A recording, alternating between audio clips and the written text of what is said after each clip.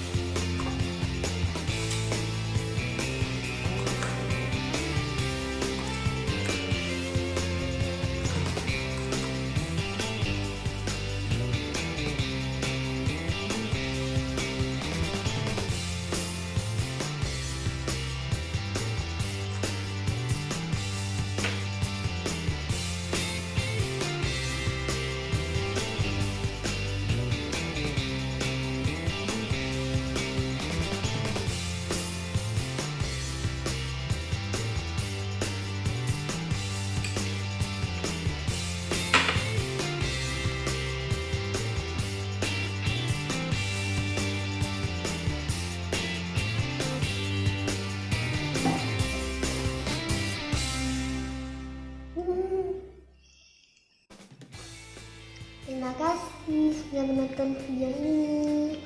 Juga boleh namakan Fufu kalau Windy dan teman-teman mau. Kalau aku tidak.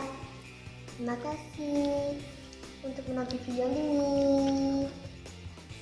Bye bye. Selamat makan.